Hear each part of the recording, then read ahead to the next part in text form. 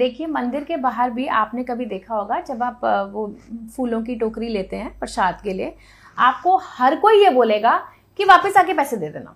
आपने कभी चीज नोटिस की है? आपको पता है वो क्यों बोलते हैं? कि जब आपने पैसे नहीं दिए और आपने वो जाके प्रसाद अंदर मंदिर में चढ़ाया, तो उसका प्रसाद का जो फल है वो उसको मिलेगा। ये बड़ा सही लॉजिक दिया आपने, सही वो लॉजिक। उसको मिलेगा हर और अक्सर बोलते हैं, अक्सर बोलते हैं आपको हमेशा पहले पैसे देने हैं, फिर प्रसाद लेना है और वो जाके प्रसाद मंदिर में चढ़ाना है। और ये चीज मुझे मेरे गुरु ने सिखाई। Very well said. और आप हमेशा ये चीज नोटिस करेंगे, किसी भी तीर्थ स्थान में चले जाओ, कहेंगे आके दे देना पैसे, कोई बात नहीं। ये बात उनको भी पता है। हाँ, उनको तभी वो बोलते हैं। हाँ, तभी वो बोलते हैं कि भी फल हमारे को मिलेगा ना, कि फल हमारे को मिलेगा, क्योंकि इस बंदे ने तो पैसे दिए नहीं, पैसे तो बाद में आकर दिए।